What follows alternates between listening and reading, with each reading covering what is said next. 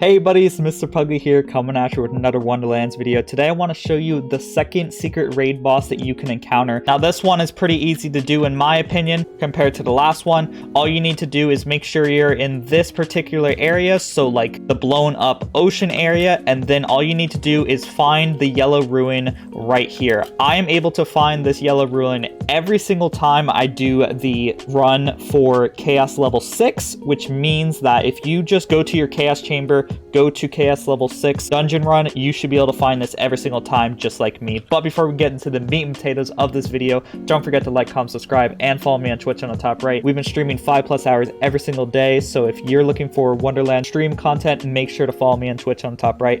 And let's get into it. Legendary? Whoa! No way, dude!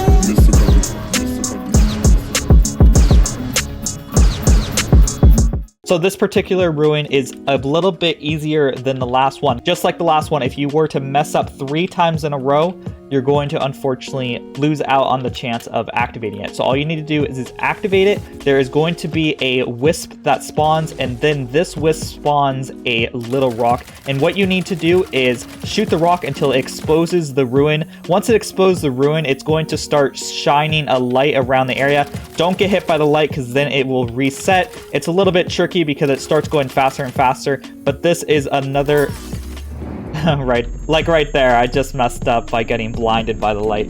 But another rock should spawn for us right around there. Just like the last one, this alludes to the boss's mechanic. So the raid boss mechanics has to do with light, and you'll see what I mean by that in a little bit. There is a time limit on how fast you have to do it, so make sure you do it as fast as you possibly can. It's a little bit tricky. If you have a powerful enough gun, you can kind of just shoot at it fast enough and deal enough damage to where it just disappears. And just like the last one, all we need to do now is complete the Chaos Chambers boss at the end. And as soon as you clear the final boss, you will see a red portal just like last time. You want to enter it, and it seems to lag every single time. I thought it was just a weird lag spike the last time, but every single time I've done it, I've been getting that weird little lag spike, so I think that just might be a performance issue of the game. But you'll see complete the encounter, fight the Maker, which once again will spawn Tina. Tina will then taunt you, saying, "Get out of my domain," blah, blah, blah. And the name of this particular boss is going to be none other than Bunnidhogg, Keeper of the Sands. That might not be how you say it, but this boss is basically just a giant sand snake. It's a very, very cool boss, I'll say that. It's very, very fun looking. It's a bit more stationary than the last boss, so at least you could roam around without worrying about it constantly chasing you, but it will constantly shoot laser beams and such at you. The boss will occasionally summon spikes, so you got to keep an eye out onto the ground and make sure you're not going to get hit by any of the spikes that spawn. Just like the last boss, the ruin effects will occur in the actual boss fight, so we were blinded by light there because of the blinding effect that the ruin had when we were trying to activate it. So that is just an example. On each raid boss will have a battle effect that's related to the ruin that you had to activate, which is very, very cool. All raid bosses that you'll find at the end of the Chaos Chamber will allow you to keep all buffs and curses, so make sure when you're trying to do these, you don't have as many curses as I do, because I took quite a bit of curses before I did this fight.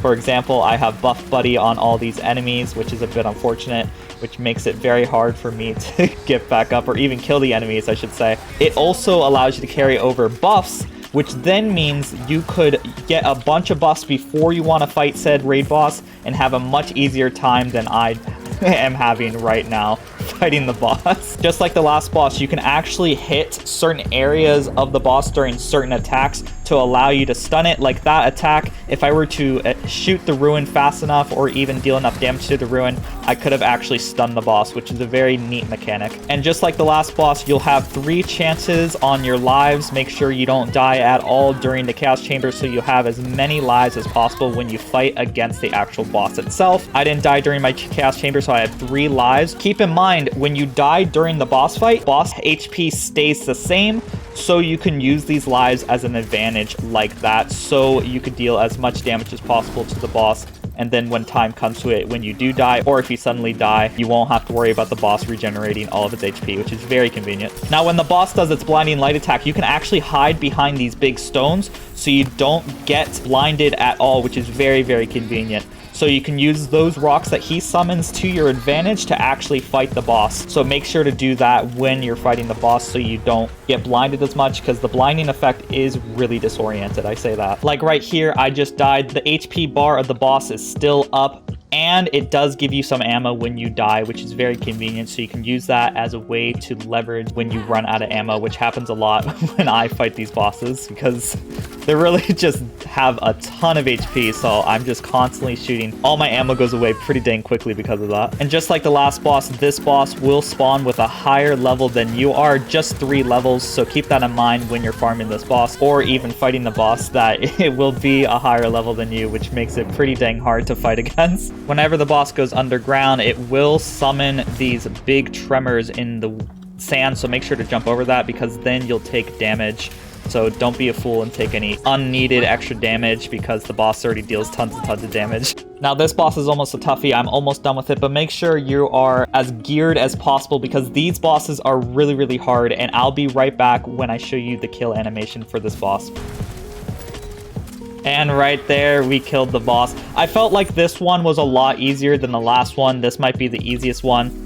But once you kill the boss, Tiny Tina will say that you wrecked everything and then eventually reward you. As you see right here, she just gave us a ton of crystals. Not that many, but enough for us to get more loot. And as always, a big shout out to the members who make these videos possible. We have Jace Noodles, Clairvoyant, and Rick Iglesias. These people support me as little as $5 a month, and you can also support me as little as $5 a month by clicking the link in the comment description or in the top right to become a member. The more members we have, the closer I get to becoming full-time, which means more videos for you guys. And as always, don't forget to like, comment, subscribe, and I hope you have a great day.